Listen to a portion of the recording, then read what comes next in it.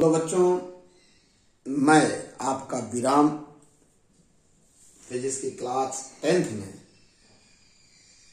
आपके लिए बहुत ही इंपॉर्टेंट टॉपिक है जिसका नाम है प्रतिरोधों का संयोजन। स्टार्ट है, चल रहा है।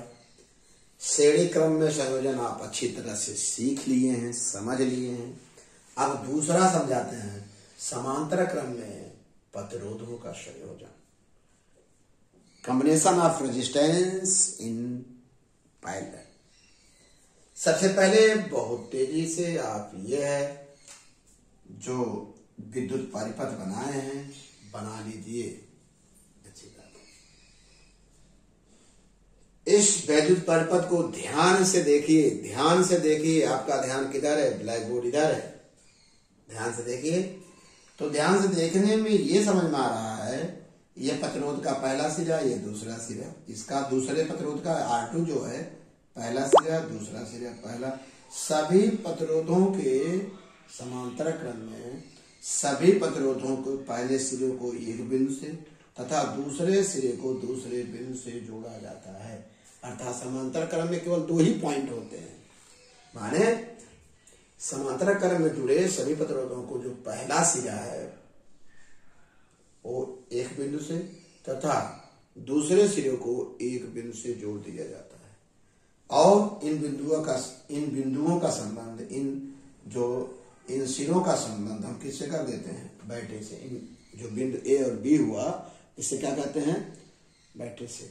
आप जानते हैं विभवांतर की परिभाषा दो बिंदुओं के बीच होता है।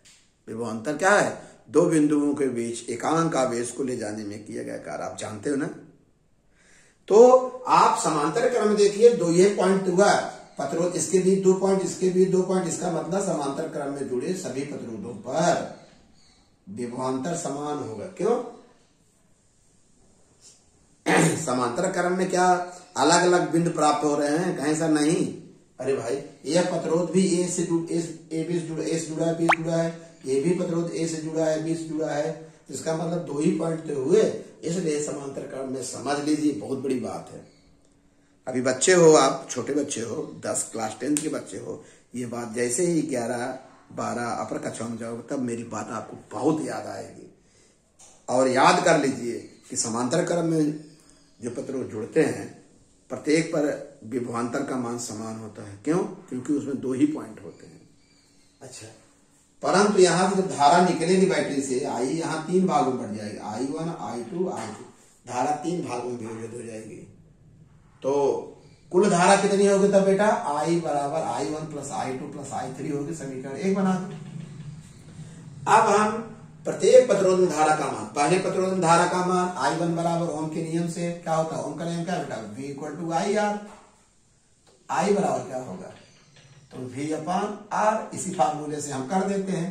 तो चूंकि पहले प्रतिरोध में I लिखोगे तो V तो समान है, R1 हो जाएगा। ठीक है, तो ये समीकरण आप क्या कर दीजिए? दूसरे प्रतिरोध में धारा V अपान I2 हो जाएगी 3। तीसरे प्रतिरोध में क्या होगी? कहीं सर बहुत सरल है, उनके नियम से निकाल दिए।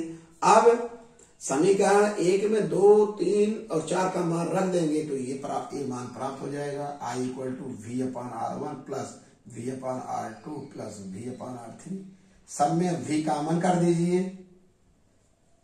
सब में क्या कर दिए? एक स्टेप कम कर दिए। अच्छा, तो I अपान सब में V कॉमन कर लेंगे तो V into 1 plus R1 plus 1 upon R2 plus 1 upon R3 होगा।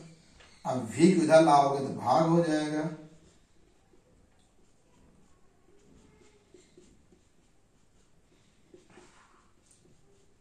समझ? ये क्या होगा?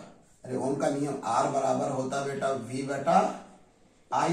तो I अपान V तो 1 अपान R आ जाएगा, equal to 1 upon R1 plus 1 upon R2 plus 1 upon R3। निष्कर्ष नंबर 1, समांतर क्रम में जुड़े कैपिटल R तुल्य प्रतिरोध है। क्या बेटा? समांतर क्रम में जुड़े प्रतिरोधों के तुल्य प्रतिरोध का व्युत्क्रम प्रतिरोधों के तुल्य प्रतिरोध का व्युत्क्रम 1/r है ना, इसलिए व्युत्क्रम 1/r है, इसलिए प्रतिरोधों के तुल्य प्रतिरोधों का व्युत्क्रम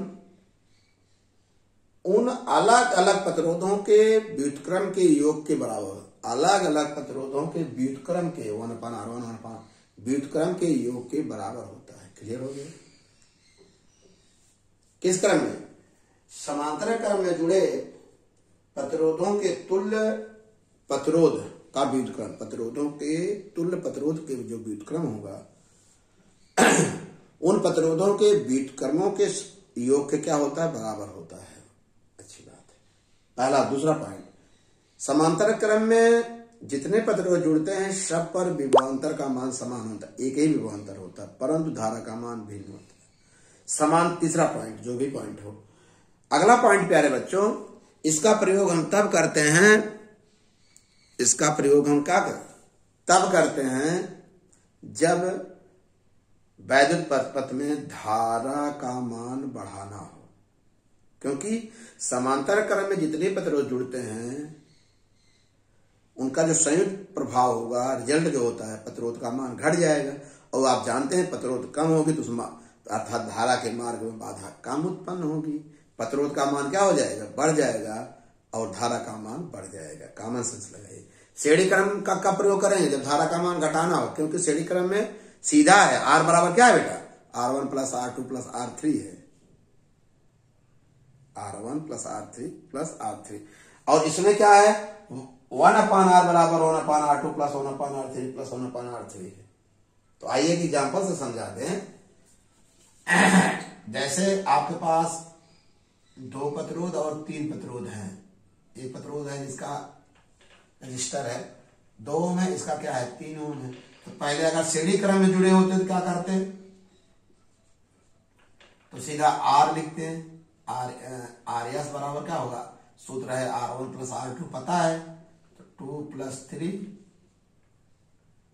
अर्थात 5 ओम। देख रहे हैं?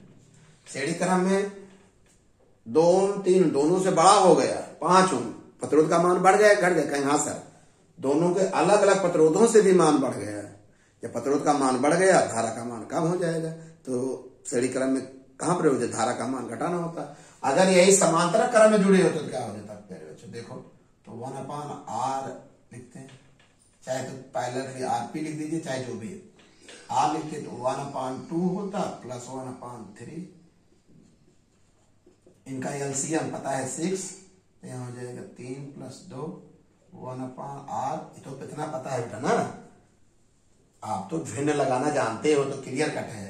तो 5/6 रिवर्स करते थे, ये भी रिवर्स हो जाता, ये भी ऊपर, तो आ गया R बराबर 1.2। देख रहे हैं प्रतिरोध का मान घटा कि नहीं घटा है? कुछ लोग ऐसा समझ नहीं आ रहा। अरे भाई 1.2 हुआ, पहले अलग अलग कितना था? 2 ओम था, 3 ओम था। जब समांतर क्रम में जोड़े तो रिजल्ट कितना हो गया बताओ? जब समांतर क्रम में जोड़े तो रिजल्ट कितना हो गया? 1 माने 2 से भी कम हो गया, 3 से भी कम हो गया। प्रतिरोध का मान घट गया कि नहीं घट गया? नहीं समझ में आया। जब आप इसको 21 क्रम में जोड़े हैं, समांतर क्रम में जोड़े हो, 21 क्रम में जोड़े हो, श्रेणी क्रम में जोड़े हो, दोनों को तुलना करके देखिए, बहुत बढ़िया है, बहुत बढ़िया समझ में आपका आएगा। आप किसी को समझा सकते हो कि ऐसा है श्रीमान जी, श्रेणी क्रम में जो जोड़ेंगे प्रतिरोध का मान कम हो जाता है, कहें सॉरी प्रतिरोध का मान बढ़ जाता है। कहें कैसे? कहिए, आइए आपको हम खिला पिला के बताते हैं। कहें खिलाना पिलाने का मतलब है? कभी यही है, 2 मतलब 2 ओम 3 ओम है, अगर श्रेणी क्रम में जोड़ेंगे तो रिजल्टेंट कितना आएगा? 5। प्रतिरोध का मान बढ़ गया, प्रतिरोध माने बाधा, बाधा माने धारा के मार्ग में बाधा, धारा का मान क्या हो जाएगा? कम हो जाएगा। कैसे कैसे बढ़ गया? अरे भाई साहब इतना कम दिमाग आपके पास है, 2 ओम है, 3 ओम है और रिजल्ट कितना आ गया? 5। बढ़ नहीं गया? आपको समझ नहीं आ रहा है, समझा देंगे। और कहेंगे इसी चीज को अगर हम समांतर क्रम में जोड़ दें तो ये तो रिजल्ट क्या हो रहा है?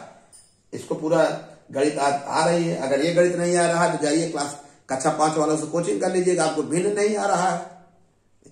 ऐसे बताइएगा कि सिंपल सी ये क्या है? भिन्न है, हल कर कितना? 1.2। जो रिजल्ट आया प्यारे बच्चों कितना आ गया? 2 से भी कम हो गया और 3 से कम हो गया। इसका मतलब तुल्य प्रतिरोध घट गया कि नहीं? कहेंगे सर बहुत घट गया। तो जब प्रतिरोध घट जाएगा, धारा के मार्ग में कम बाधा उत्पन्न होगी, धारा का मान क्या हो जाएगा? बढ़ जाएगा। समझ में आया कि नहीं समझ में आया? तो किसी को समझा दोगे आप सरल से भाषा में, वो भी बच्चा क्या होगा? सीख जाएगा। एक बात का और आपको ध्यान रखिएगा, हमेशा हमेशा मैं बार बार सिखा रहा हूं, श्रेणी क्रम में धारा का मान समान होता है और समांतर क्रम में विभवांतर का मान समान होता है। ये इस तरह से क्रम बनाए रहिए। श्रेणी क्रम में प्रत्येक प्रतिरोध धारा का मान समान होता है, वोल्टेज भिन्न भिन्न होता है, जबकि समांतर क्रम में धारा का मान भिन्न भिन्न होता है, प्रत्येक प्रतिरोध पर विभवांतर समान होता है। मुझे विश्वास है आपको बहुत अच्छा समझ में आया होगा। जो एग्जाम्पल दे के समझाए हैं, आपके दिमाग की बत्ती खुल गई होगी दोनों में क्या डिफरेंस है। ओके बेटा, धन्यवाद। एक निवेदन है बेटा, नोट्स जरूर बनाइएगा, लिखने की आदत डालिए, क्योंकि परीक्षा में लिखना होता है, सुनना नहीं होता मेरे बच्चों। ओके, धन्यवाद।